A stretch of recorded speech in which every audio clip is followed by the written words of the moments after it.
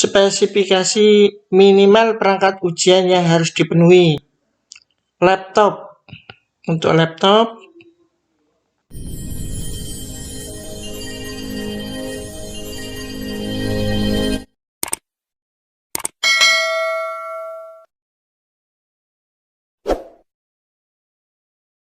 Assalamualaikum warahmatullahi wabarakatuh. Kembali ke channel kami.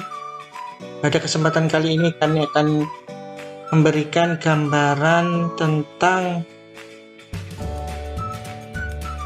seleksi akademik yang akan dilaksanakan secara daring berbasis domisili. Ini adalah gambaran bagi teman-teman yang mau melakukan tes akademik atau pre-tes PPG dalam jabatan tahun 2022. Gambarannya adalah sebagai berikut. Ini gambaran dalam melaksanakan tes berbasis domisili.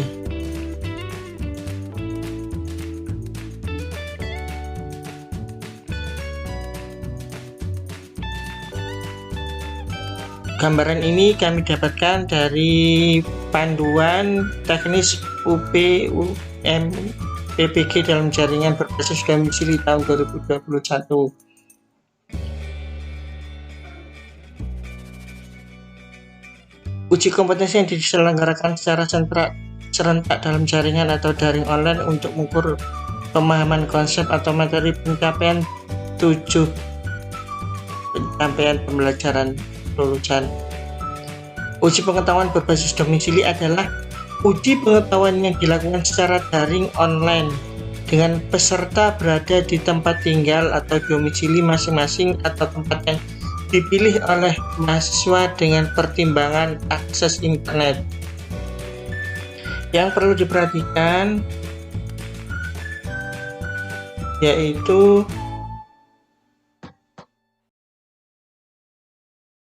spesifikasi minimal perangkat ujian yang harus dipenuhi. Laptop. Untuk laptop,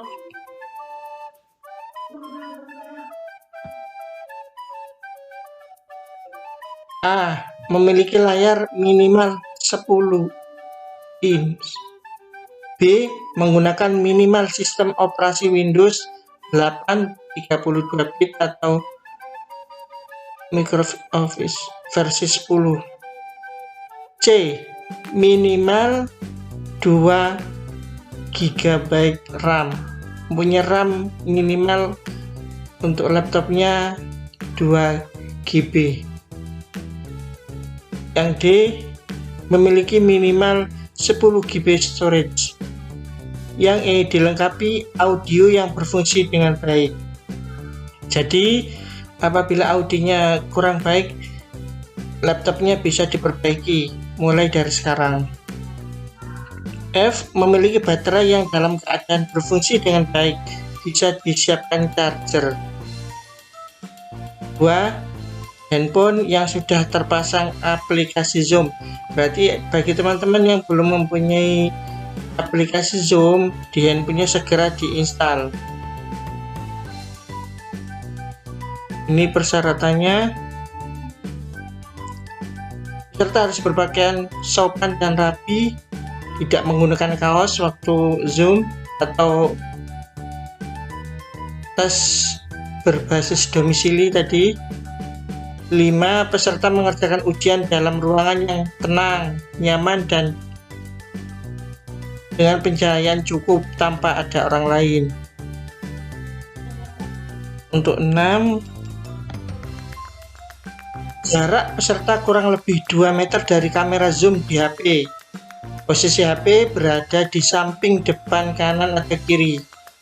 Meja harus dibersihkan dari barang-barang selain laptop, botol atau gelas air minuman transparan, obat-obatan pribadi bagi peserta yang sedang sakit, serta kertas kosong dan 1 alat tulis. Laptop bersih dari kabel lain kecuali kabel charger. 7. Peserta harus mengikuti dan mentaati pengawas dalam proses verifikasi, dan selama pelaksanaan ujian, proses verifikasi data ruang dan pengawasan dilakukan dengan menggunakan aplikasi Zoom.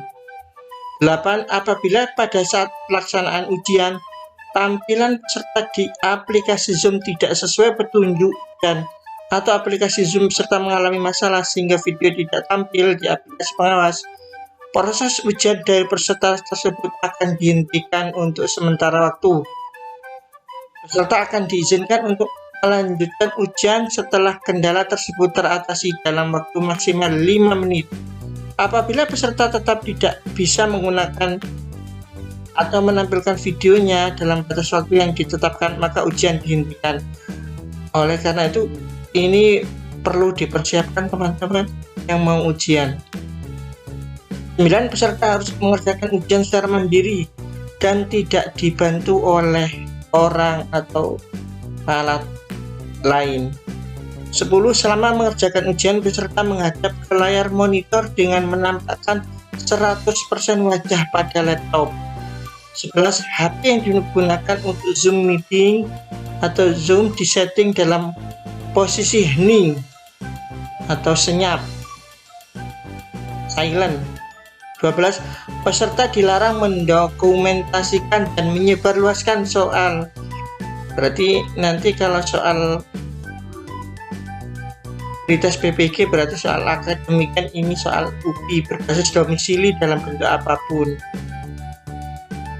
13. Peserta dilarang melakukan kegiatan lain yang tidak berhubungan dengan pelaksanaan uji kompetensi daring berbasis domisili selama pelaksanaan UPI. 15. Peserta dilarang pergi ke toilet selama ujian berlangsung. Silakan lakukan sebelum dan atau setelah ujian. Untuk 16, peserta dilarang makan dan atau merokok pada saat mengerjakan ujian. 17. Peserta diperbolehkan minum air putih dari botol transparan atau minum obat pada saat mengerjakan ujian. Silakan disiapkan terlebih dahulu. 18. Panitia atau pengawas berhak menghentikan pelaksanaan uji kompetensi yang sedang berjalan untuk peserta secara individu jika ada peserta yang melakukan tindakan kecurangan atau melanggar ketetapan peraturan. Pelanggaran dan sanksi. Untuk pelanggaran ringan, peserta lupa mematikan suara HP, peserta berpakaian tidak sopan sebelum ujian, sanksinya peserta diperingatkan oleh pengawas. Untuk sanksi sedang, peserta terlambat masuk di ruang Zoom saat uji kompetensi sudah mulai atau sudah login, peserta tidak memasang program atau aplikasi ujian, peserta meninggalkan ruang ujian. Untuk sanksinya, peserta dibatalkan pada sesi tersebut dan akan dijadwalkan ulang. Karena itu, ini perlu persiapan yang sangat-sangat matang bagi teman-teman yang akan melakukan ujian kompetensi. Sanksi berat, peserta menyimpan dan atau menyebarluaskan sebagian atau seluruh soal uji kompetensi atau UPI. Ini karena UPI. Untuk sanksinya, peserta dinyatakan tidak lulus dan tidak boleh mengikuti uji kompetensi dalam 2 tahap berikutnya. Sangat berat, peserta dibantu oleh pihak lain dalam mengerjakan UPI. Peserta memalsukan data. Sanksinya, peserta dinyatakan tidak lulus dan didiskualifikasi sebagai peserta uji kompetensi akademik, karena ini uji kompetensi akademik. Satuan tambahan, jika terjadi keadaan darurat pada suatu daerah, gempa, badai, longsor, dan sebagainya yang mengganggu pelaksanaan UPI berbasis domisili, maka pelaksanaan UPI akan ditunda dan penjadwalan akan diatur lebih lanjut.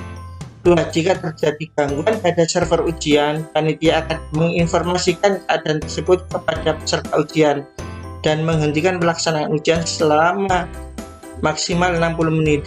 Jika dalam waktu 60 menit masalah tersebut tidak dapat diatasi, pelaksanaan ujian akan ditunda dan proses selanjutnya akan diinformasikan melalui pengumuman lewat media WA Group atau WA Group.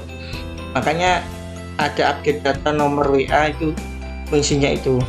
3. Jika terjadi putus koneksi pada laptop dan atau HP peserta pada saat ujian berlangsung, peserta diberi kesempatan untuk mengatasi masalah tersebut dalam waktu maksimal 5 menit. Selebihnya peserta tidak diperbolehkan melanjutkan ujian. Saya rasa itu gambaran pelaksanaan uji akademik atau pretest PPG tahun 2022. Semoga gambaran ini bisa bermanfaat bagi teman-teman yang mau melaksanakan uji kompetensi. Dan apabila channel kami bermanfaat, silahkan like, share, dan subscribe channel kami supaya channel kami dapat berkembang. Akhirul kalam, wassalamualaikum warahmatullahi wabarakatuh.